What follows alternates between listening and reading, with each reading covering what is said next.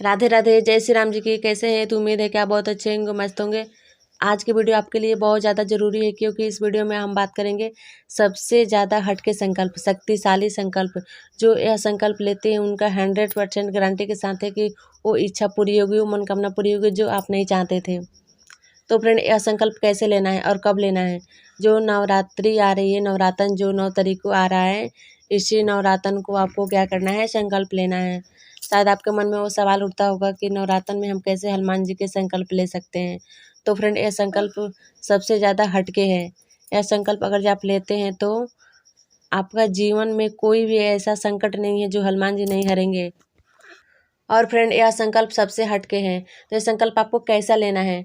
तो जिस दिन नवरातन चालू हो रहा है 9 तारीख को, और लास्ट दिन तक आपको यह संकल्प लेना है, ठीक है? नहीं तो 1 दिन का पाठ करना है, नहीं 3 दिन का, नहीं 7 दिन का। यह 11 दिन का शक्तिशाली संकल्प है। जो व्यक्ति 11 दिन तक कंटिन्यू पाठ करता रह जाएगा, उसके ज़िंदगी में कभी भी ऐसा वो संकट नहीं आएगी जो संकट से वह परेशान है, बहुत ज़्यादा दुखी है। कभी कभी तो ऐसा होता है कि एक समस्या का हल होता है, दूसरा समस्या खड़ा हो जाता है, दूसरा समस्या का हल होता है, तीसरा समस्या खड़ा हो जाता है। अगर ऐसा आपके साथ हो रहा है, चाहे होता है, तो आप यह संकल्प जरूर लीजिए। तो यह संकल्प कैसे लेना है, पूरा वीडियो के देखिए, समझ में आ जाएगा। तो आपको क्या करना है, 9 तारीख को सुबह में इस संकल्प को लेना है। 4 बजे, 3 बजे, चाहे 5 बजे तक, सुबह में ही लेना है। अगर ये सुबह में नहीं ले पाते हैं तो उसके लिए भी हम बताते हैं कि रात को आपको कैसे करना है। तो सुबह में पहले बता देते हैं सुबह में कैसे लेना है। आपको सुबह में क्या करना है, गेहूं का आटा का पंचमुखी दीपक जलाना है।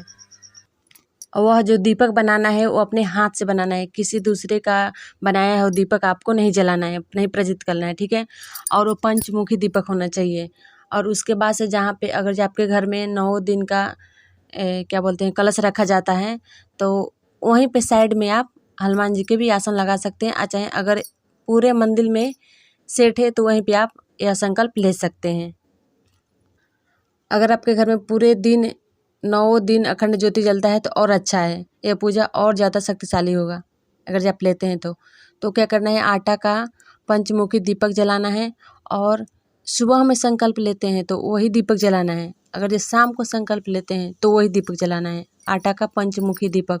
और राम दरबार का फोटो, नहीं तो पंचमुखी हनुमान जी का फोटो, दोनों रहे तो सही है, नहीं है तो एक भी रहेगा तो चलेगा।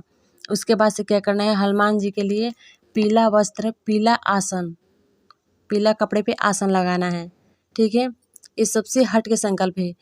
पीला वस्त्र पे आसन लगाना है, अपने खुद आसन लेना है अपने लिए, पीला लाल, अपने लिए कुछ भी ले सकते हैं, चलता है, लेकिन हनुमान जी के लिए पीला लेना है। भगवा कलर जो होता है थोड़ा सा उसमें का, वो भी रहे तो चलेगा।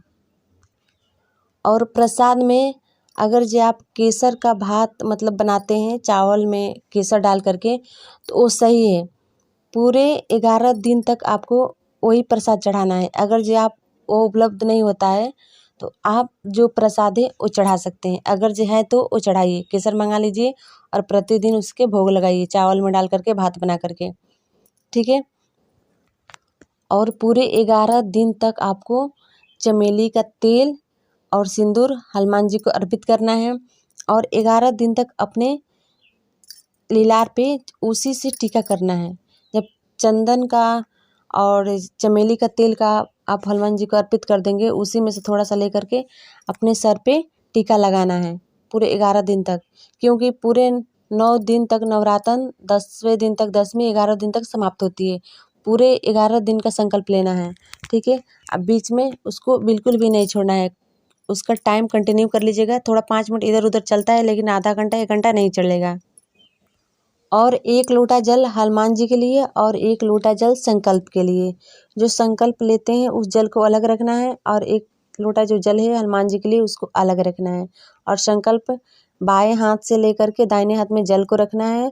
उसमें कुमकुम, रोली, फूल, चंदन, 1 सिक्का और 1 लौंग उसमें डालना है। अगर जो अपने लिए संकल्प ले रहे हैं तो जल से ले सकते हैं। अगर जो किसी दूसरे के लिए संकल्प ले रहे हैं तो उसमें थोड़ा सा, जैसे में बादाम होता है, चाहे किशमिश होता है, उसमें डाल करके संकल्प लीजिएगा कि जब तक वो आदमी आए तब तक वो मतलब फल रह जाए उसको खिलाने के लिए। तो ये सब लेकर के आपको संकल्प लेना है।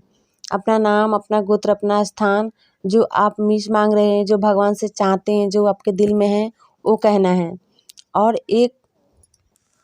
एक भोजपत्र होता है, उस पर अपना जो चाहते हैं वो लिख देना है और 11 दिन तक कंटिन्यू रखना है हनुमान जी की चरण में।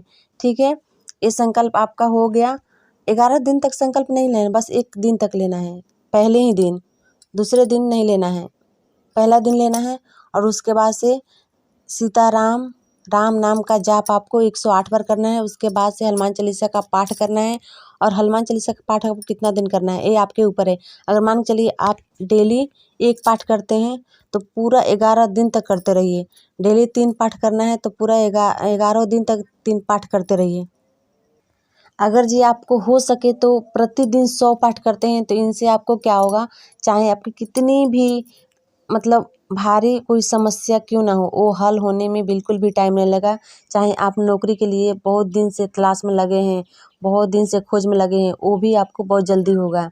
अगर जो 100 पाठ करते हैं ना, जो व्यक्ति, हनुमान चालीसा में लिखा भी है, जो 7 बार पाठ कर कोई छूटत बंदी महासुख होई, वह किसी भी समस्या में खड़े हो, किसी भी समस्या में पड़े हो, उसको वहाँ से छुटकारा मिलता ही है। क्योंकि हनुमान जी संकट हरने वाले के नाम से जाने जाते हैं, संकट हरते हैं। और 11 दिन तक उस आसन को आपको बिल्कुल भी नहीं हिलाना है। और ये गलती आपको बिल्कुल भी नहीं करना है। 11 दिन तक उस घर में अच्छे वस्त्र से उस घर को पोछा लगाना है, झाड़ू बिल्कुल भी मत ले जाना है। ये गलती आपको नहीं करनी है। क्योंकि जब हम आसन लगाएंगे ना, झाड़ू लगाएंगे तो झाड़ू टच करेगा। माना जाता है कि उस झाड़ू को तो लक्ष्मी माना जाता है, लेकिन उस समय अशुभ हो जाता है, शुभ नहीं होता है। जब आसन में टच करेगा झाड़ू तो आपको बिल्कुल भी झाड़ू नहीं लगाना है। और उसके बाद से आपको क्या करना है, प्रतिदिन सुबह जल्दी उठ जाना है।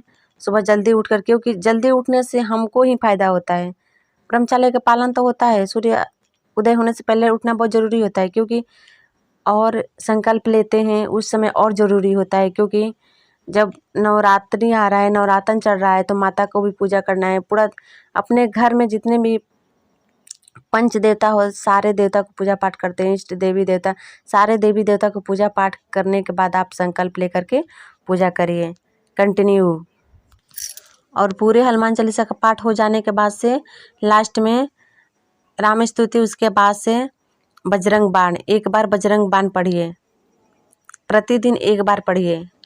अगर ज़्यादा संकट है तो, ज़्यादा कुछ से जूझ रहे हैं तो प्रतिदिन बजरंग बाण 1 बार जरूर पढ़िए। क्योंकि बजरंग बाण में वो लिखा गया है कि जो यह पढ़े बजरंग बाण की, रक्षा करे हनुमान प्राण की।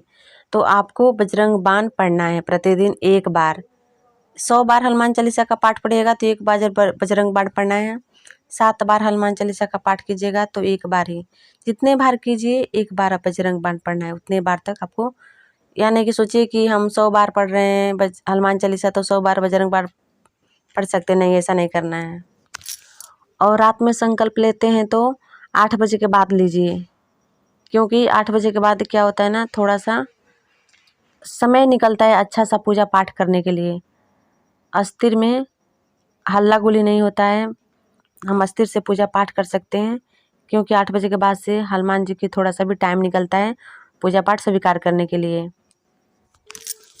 और नवरात्रि के समय ऐसा कुछ गलती बिल्कुल भी मत कीजिएगा। क्योंकि पूरे 9 दिन देवी दुर्गा आते जाते रहते हैं। पूरे 9 दिन दुर्गा माँ के दरवाजा हमेशा खुली रहती है सभी देवी देवता को। तो आपको जो भी करना है सोच समझ के कीजिएगा, जान पहचान के कीजिएगा, विधि व्यवहार से कीजिएगा।